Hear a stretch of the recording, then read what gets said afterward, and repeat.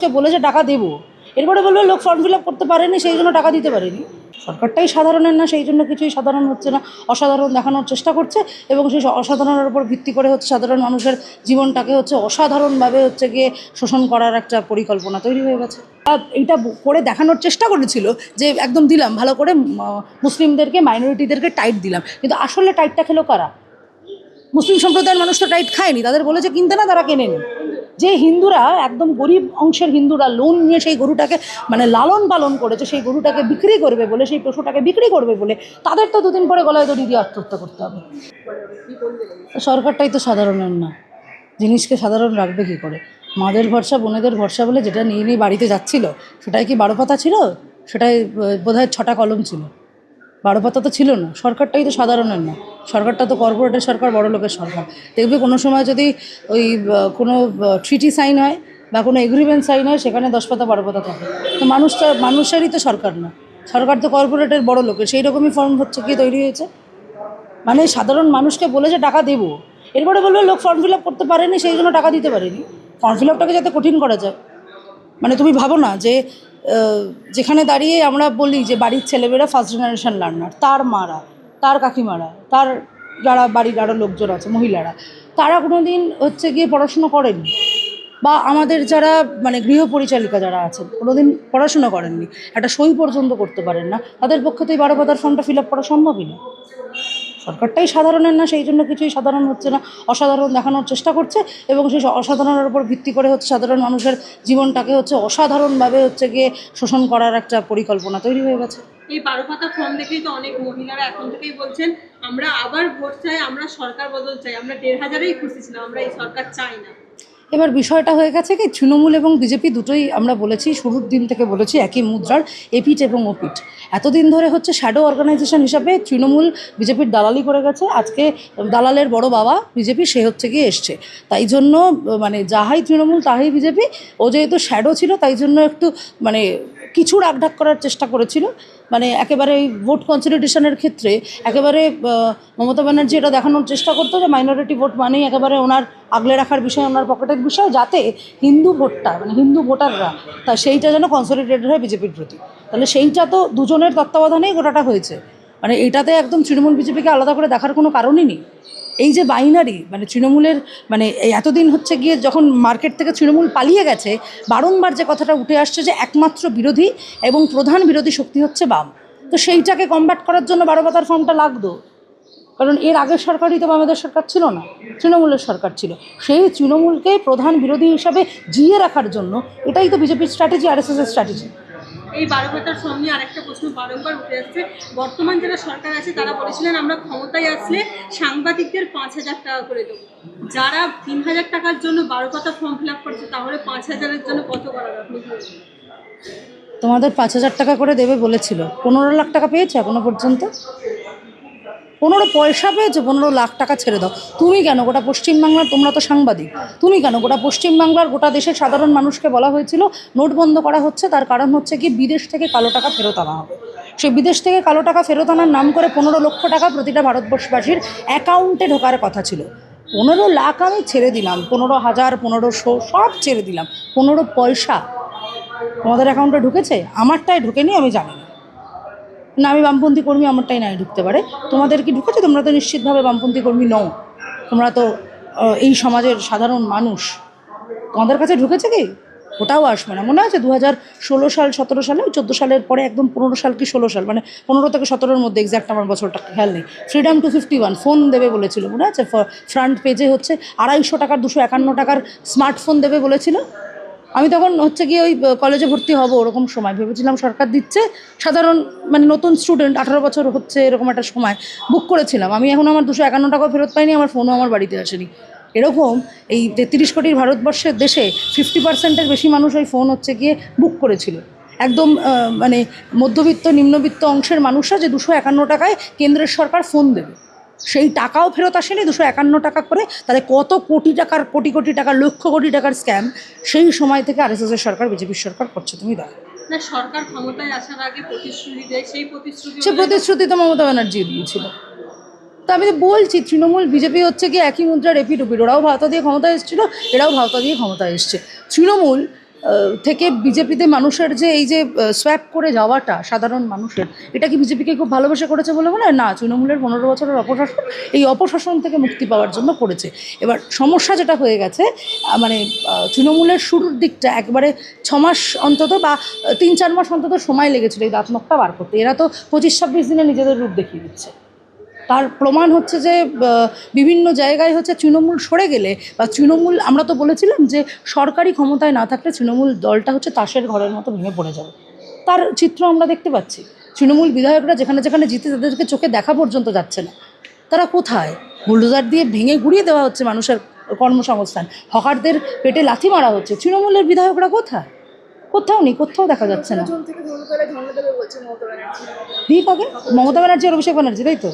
আর সাথে বোধহয় ওই কুণাল ঘোষ, ওনাকে নিয়ে তো আর কিছু বলতে এখন আমার ভয় লাগে। এফিডেভিট দেখেছিলাম ইলেকশনের সময়, উনি নাকি জার্নালিস্ট। মানে তোমরা তো জার্নালিস্ট, তোমাদের তো একটা বেসিক ডিগ্রি নেওয়ার পরে তোমরা এটার সাথে যুক্ত হও, মানে মানে মানে জার্নালিজম অ্যান্ড মাস কমিউনিকেশন নিয়ে তোমরা পড়াশোনা করো। ওনার যদি একটু এফিডেভিটটা দেখো না, সেই এফিডেভিটটায় দেখবে ক্লাস 12 পর্যন্ত পাস আর সমস্ত ডিপ্লোমা 2021 সালের পরে করা। উনি নাকি এত বছরের বিরাট বড় হচ্ছে কি সাংবাদিক, তাহলে তো সেইখানে দাঁড়িয়ে ওনারা বিচারিতা করেছে। মানে পেশা মানুষ, মানে এই মানে সাংবাদিকদের মতো একটা পেশা একেবারে মানে রোদে ঝড়ে মানে যেখানে যা হয় তারা কভার করতে প্রাণের ঝুঁকি নিয়ে চলে যায়। তাহলে তো সেই পেশাটাকে পর্যন্ত অপমান করেছে। প্রিজন ভ্যান বাজাতো, প্রিজন ভ্যানই বাজাবে। মানে যা টাকা ঝেড়েছে মমতা ব্যানার্জির কোলে উঠে পড়েছিল, এই কোল থেকে তো নেমে গেছে এবার। কারণ আরএসএস তো এবার হচ্ছে গিয়ে কোল থেকে নামিয়ে দেবে। ভালো তৃণমূল খারাপ তৃণমূল কোল থেকে নেমে যদি বিজেপিতে যায় তাহলে বেঁচে যাবে, আর যদি বিজেপিতে না যায় তাহলে আবার হচ্ছে গিয়ে ওই প্রিজন ভ্যানের কত লাখ টাকা দাম হবে, ওই ওই লক্ষ টাকা দাম হচ্ছে গিয়ে ওই প্রিজন ভ্যানে উঠে আবার কিন্তু কুণাল ঘোষকে নাচতে হবে। বাংলার যা ট্রেন্ড, রাজনৈতিক ট্রেন্ড, তাতে হচ্ছে গিয়ে শুধু পশ্চিমবাংলা কেন, ভারতবর্ষের রাজনৈতিক যা ট্রেন্ড তাতে হচ্ছে গিয়ে সাধারণ মানুষ রাজনৈতিক দলের নেতাদেরকে সুযোগ দেওয়ার পক্ষে। সেই জন্যই সাধারণ মানুষ বিশ্বাস করছেন, এবং সেই বিশ্বাস নিয়ে যখন বিজেপি বিচারিতা করছে তারপরেই দেখবেন বিজেপির মাটি কিন্তু সেখানে দাঁড়িয়ে আলগা হচ্ছে দিনের পর দিন। মানে একটা বড় স্কেপে 21টা রাজ্য যেমন আপনি বললেন, আপনি দেখবেন বিজেপির কর্মীরা এই পশ্চিমবাংলার বুকে দাঁড়িয়ে যারা 4 মে পর্যন্ত বিজেপি করেছেন এবং বিজেপি জিতেছে বলে বিজয় মিছিলে হেঁটেছেন, তার দোকানটা যখন শিয়ালদা স্টেশনে হকার উচ্ছেদ করার সময় কোনো বিনা নোটিসে ভেঙে দিয়েছে, তারাই কিন্তু রাস্তায় দাঁড়িয়ে বলছে যে 17 সাল থেকে হচ্ছে গিয়ে নিজের পকেটের টাকা দিয়ে বিজেপি করেছি। এখন 4 তারিখে বিজয় মিছিলে নেচেছি পর্যন্ত, উল্লাস করেছি পর্যন্ত, 10 তারিখে আমার দোকানটা, আমার পেটে বিজেপি লাথি মেরেছে। বারংবার বিজেপি যেটা বলে কনসলিডেট করতে চাইছে, পেনিট্রেট করতে চাইছে, সেটা হচ্ছে বিজেপি মানে হিন্দুদের দল, হিন্দুদের সরকার গঠন হয়েছে। কিন্তু বিষয়টা হচ্ছে আমরা শুরুর দিন থেকে বলেছি বিজেপি কোনো হিন্দুদের দল না, বিজেপি বড়লোকের দল, বিজেপি কর্পোরেটের দল। এই যে 2 দিন আগে বকরিদ গেল, বকরিদে গরু কাটা বারণ করে দিল।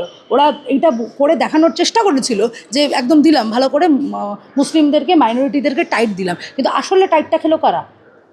মুসলিম সম্প্রদায়ের মানুষ তো টাইট খায়নি, তাদের বলেছে কিনতে না, তারা কেনেনি। যে হিন্দুরা একদম গরিব অংশের হিন্দুরা লোন নিয়ে সেই গরুটাকে মানে লালন পালন করেছে, সেই গরুটাকে বিক্রি করবে বলে, সেই পশুটাকে বিক্রি করবে বলে, তাদের তো 2 দিন পরে গলায় দড়ি দিয়ে আত্মহত্যা করতে হবে।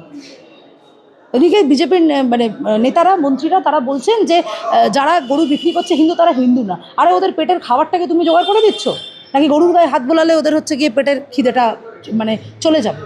মানুষের রুটি রুজির ওপর যারা আক্রমণ করছে, তারা ধর্মের নামে, জাতের নামে যত সাধারণ মানুষকে কনসলিডেট করতে চাইবে, কিন্তু আমাদের এই মুহূর্তে দাঁড়িয়ে যেটা করতে হবে, নিশ্চিতভাবে একজন সাধারণ মানুষ হিসেবে, একজন রাজনৈতিক কর্মী হিসাবে, যে সাধারণ মানুষের পেটে যারা লাথি মারছে তাদের বিরুদ্ধে ধর্ম না দেখে, রং না দেখে, রাজনৈতিক রং না দেখে একদম মানে সমস্ত স্তরের মানুষকে এক করে একত্রিতভাবে এই লড়াইকে সংগঠিত করা। দাম বেড়ে গেছে সরকার আসার পরে, কী বলবো, 4 বার তো দাম বেড়ে গেছে, সিলিন্ডারের দাম বেড়ে গেছে, পেট্রোলের এই সরকার আসার পরে 4 বার হচ্ছে গিয়ে মানে ফুয়েলের দাম বেড়েছে। তাহলে মিথ্যে কথা বলেছিল, ওরা মিথ্যে কথা বলে, একথা বামপন্থীরা দিনের পর দিন বলেছে। আজকে সাধারণ মানুষ বুঝতে পারছেন যে ওনারা মিথ্যে কথা বলছে। আসলে পশ্চিমবাংলার মানুষের তো দোষ না, পশ্চিমবাংলার মানুষ একটা নতুন রাজনৈতিক দলকে, যারা পশ্চিমবাংলায় কোনোদিন ক্ষমতায় ছিল না, তাদেরকে সুযোগ দিয়ে দেখেছে, বা সুযোগ দিয়ে দেখে এটা বুঝতে পারছে যে সেই সুযোগের সদ্ব্যবহার না করে অপব্যবহার করছে। এবং পশ্চিমবাংলার মাটি ভারতবর্ষের স্বাধীনতা আন্দোলনের সময় থেকে জানে, যারা এই মাটির সাথে গাদ্দারি করেছে, বেইমানি করেছে, এই মাটি তাদের মাসরাতকে, তাদের যে মানে গুড়িকে, সেই গুড়িকে হচ্ছে কি উপড়ে ফেলেছে। এবং যারা বেইমানি করছে, সেই বেইমানদের এই মাটিতে কোনোদিন রেয়াত করা যায়নি, রেয়াত করা হবে না। বেকার শিক্ষিতরা রাস্তায় ঘুরে বেড়াচ্ছে, তাদের চাকরি নেই, কাজ নেই। আর জনপ্রতিনিধি যারা এবার 26শে বিধানসভা আপনি দেখেছেন, যে অনেকে শপথ পাঠও ভালো করে পড়তে পারেনি। মানে রাজ্য বা দেশের যে রাজনীতির মানে মানদণ্ডটা কতটা নিচে নামছে বলে মনে করেন? হ্যাঁ, মানে এটা তো মানে গোটাটাই তো ওই ভাড়া করা লোকেদের দিয়ে হচ্ছে গিয়ে গিমিকে ভোট করা হয়েছে। এই প্রবণতা আমরা তো বিজেপি তৃণমূলের মধ্যে এই ডানপন্থী দলগুলোর মধ্যেই দেখতে পেয়েছি। যারা রাজনীতির সাথে যুক্ত, মানে নিজের যে ফিল্ডে কাজ করেন না, সেই ফিল্ডে কোনো কাজ খুব একটা বেশি দিন না করতে পারলে এই একটা স্টেটমেন্ট ওরা করে যে আমি মানুষের জন্য কাজ করতে চাই। এবার মানুষের জন্য কাজ করতে চাই মানে কি? মানুষের জন্য কাজ করতে চাই মানে আমি আমার নিজের জন্য কাজ করতে চাই এবং মানুষের পয়সাটা, ট্যাক্সের টাকা আমি মারতে চাই। এই তো। সাধারণ মানুষ সেলিব্রিটিকে দেখার জন্য ভোট দিয়েছিল। দিনের পর দিন যখন হচ্ছে গিয়ে এই তৃণমূলের জামানায় বা এই দেশের বিভিন্ন প্রান্তে বিজেপির জামানায় যখন হচ্ছে গিয়ে যারা রাজনীতির লোকই না, এই যে মানে বিভিন্ন প্রান্তে ওই কি যেন রেখাপাত্র, ঠিক আছে, পড়েছেন শপথ বাক্য, দেখেছেন আপনারা। আমি কাউকে অপমান, আমি বাইরন বিশ্বাসও মোটামুটি নিজের ইউনিভার্স বানিয়ে থাকে। সুস্থ থাকে বলে তো কোনো সময় মনে হয় না, মানে সারাদিন নেশার উপরে থাকে, তারপরে গাড়ির উপর উঠে নাচে। মানে ওর তো নিজের মোটামুটি, ওকে নিয়ে খুব একটা কথা বলা উচিতই না। ও যা শপথ বাক্য পাঠ করেছে, একটা নার্সারির ছেলেকে বা মেয়েকে যদি ধরিয়ে দিতেন, ওর থেকে স্পষ্ট কথায় গটগট করে ওই কথাগুলো পড়ে দিত। কারণ বাংলা তো আমাদের মাতৃভাষা। সে মাতৃভাষায় যখন শপথ বাক্য পাঠ করেছে এবং তার যে অবমাননা, সেই অবমাননার পরেও ওই বিধানসভার মধ্যে ওই লোকটি বসবে। তার কারণ হচ্ছে যে ও হচ্ছে ওই রিগিং করে, কান্নাকাটি করে আমি জিতবো না বলে ও জিতে গেছে বলে। এটা জনপ্রতিনিধি? মানে মানে খারাপভাবে নিও না যে রাস্তায় দেখবে ওই নেশা করে পড়ে থাকে, বাইরন বিশ্বাসের ওইটুকুই যোগ্যতা। খারাপভাবেই বললাম। ধন্যবাদ।